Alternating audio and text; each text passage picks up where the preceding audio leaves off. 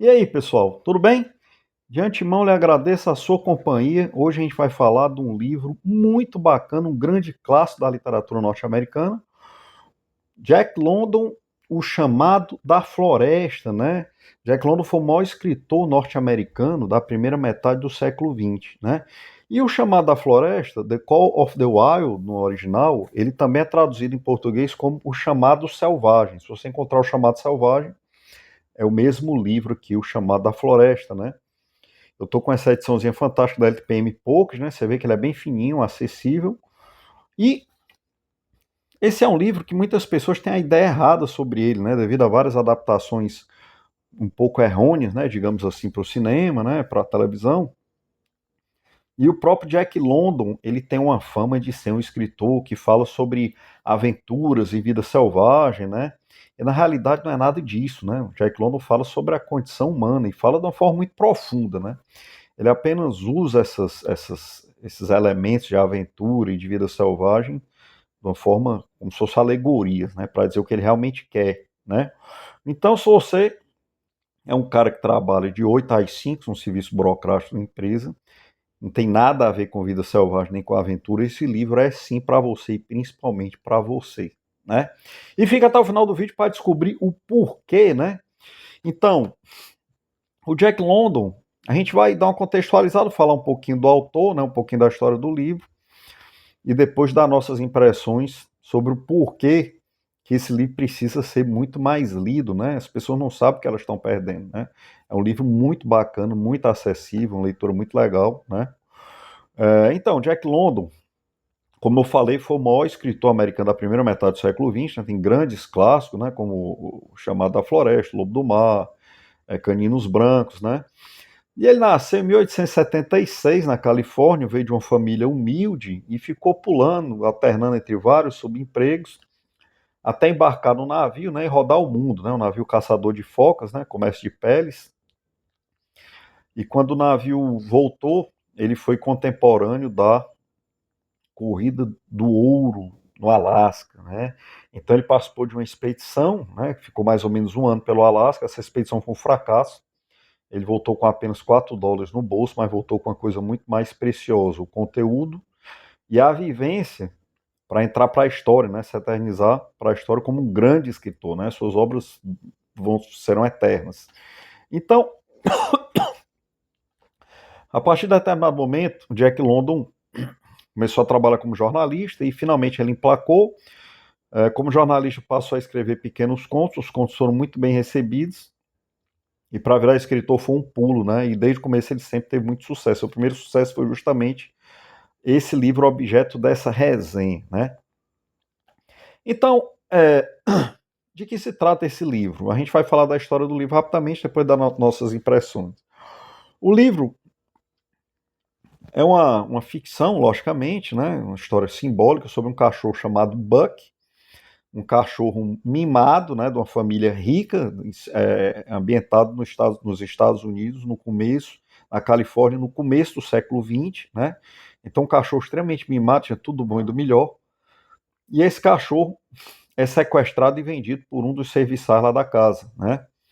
E naquela época foi justamente a época da a corrida do ouro para o Alasca, da qual o Jack London participou, né, na sua vida real, e existia uma demanda muito grande por cachorros na época, né? O transporte a motor era bastante rudimentar, as estradas muito puxadas, né? Então a tração, o transporte nesse tipo de ambiente no Alasca eram trenós que deslizavam sob a neve puxados por cachorros. Então existia uma demanda muito grande por cachorro naquela época.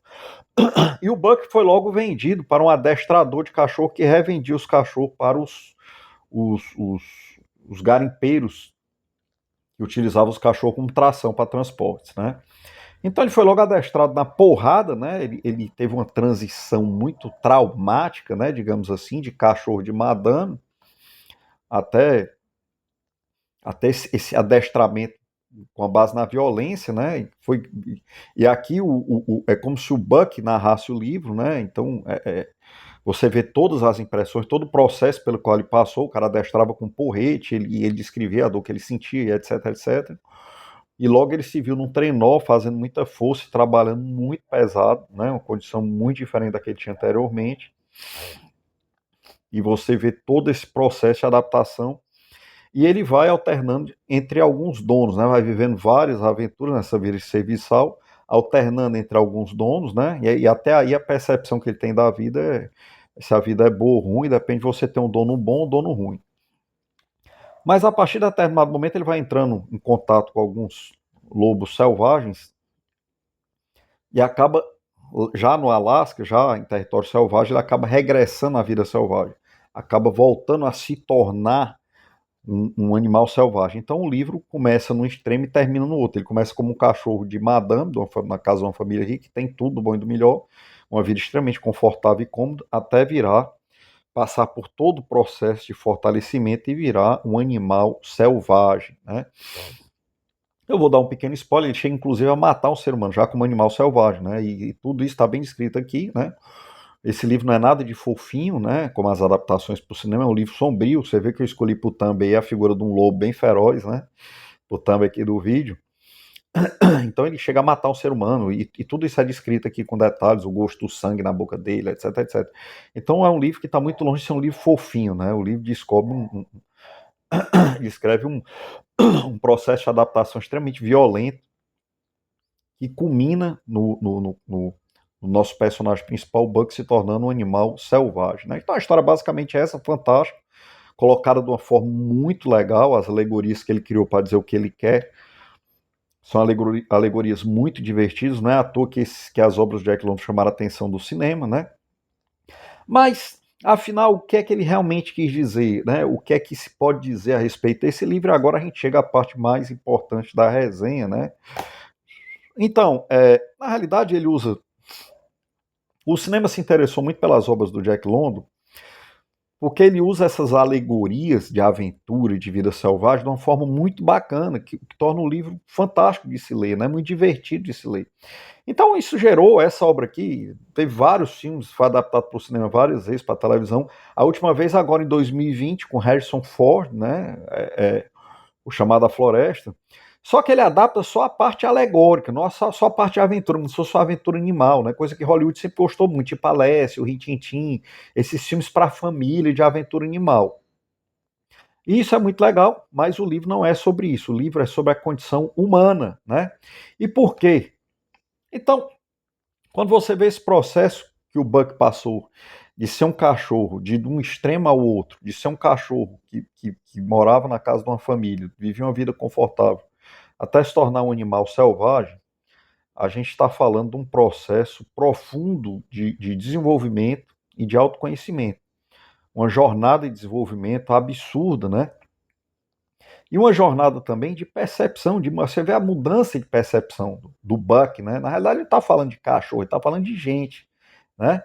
Então você vê que até determinado momento a percepção que o Buck tinha da vida, essa a vida boa ou ruim, dependia de você ter um dono bom ou um dono ruim, mas sempre tendo uma mão que lhe alimentasse, né?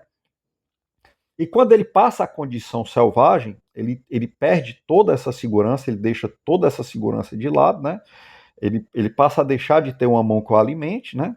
E a vida selvagem é uma vida cercada de incerteza, né? Pode envolver carestia, pode envolver fome, a cada refeição é uma incerteza, mas ao mesmo tempo que ele passa dessa condição de conforto para essa condição selvagem, a gente percebe que é um processo irreversível.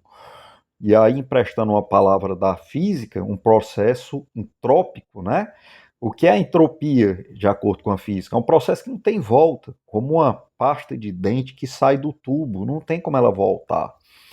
Então, quando ele passou a ser selvagem, ele passou a ter contato com uma parte dele que era tão importante para ele, que a insegurança que ele passou a viver passou a ser irrelevante, né?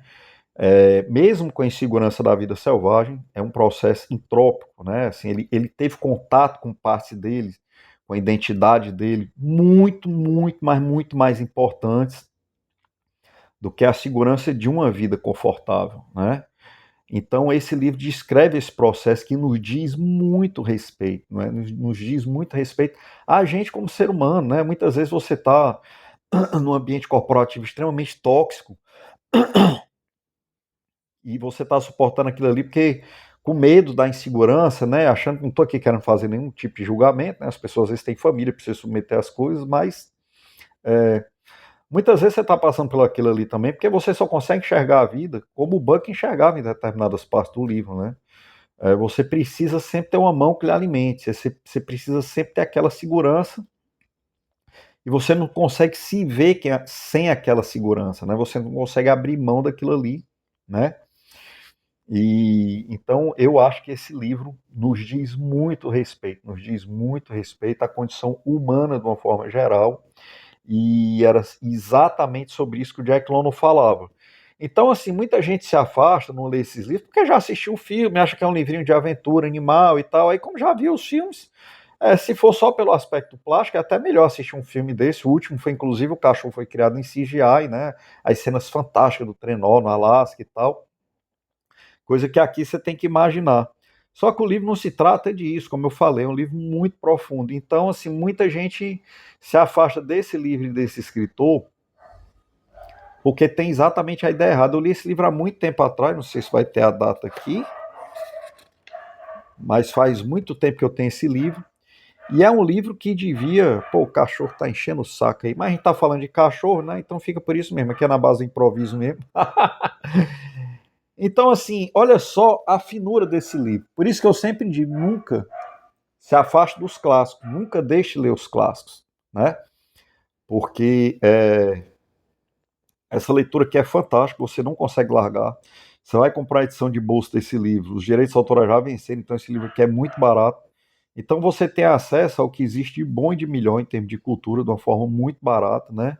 E inclua na sua lista de leituras Jack London e pode começar pelo Chamado da Floresta, que eu recomendo, eu não poderia deixar de recomendar mais, né? Então, é isso, pessoal. Muito obrigado pela sua companhia. Vou colocando um ponto final na resenha de hoje. E fique ligado no canal que eu estou preparando muita coisa legal aí. Estou terminando de ler Os Sertões, do Cris da Cunha, né? Um livro um pouco difícil no começo, né? Aquelas formas muito rebuscadas, mas um conteúdo fantástico, né? Necessário para a gente aqui do Brasil. Eu tive muitos insights interessantes sobre o nosso país ao ler esse livro. E fique ligado no canal que a resenha tá já para sair. Eu estou mais ou menos na metade do livro, mas devo terminar aqui esse mês ainda, né? Então a gente vai preparar com carinho a resenha e fique ligado no canal que tem muita coisa legal aí de quadrinho também para vir aí. Tá bom, pessoal? Um grande abraço, muito obrigado pela sua companhia.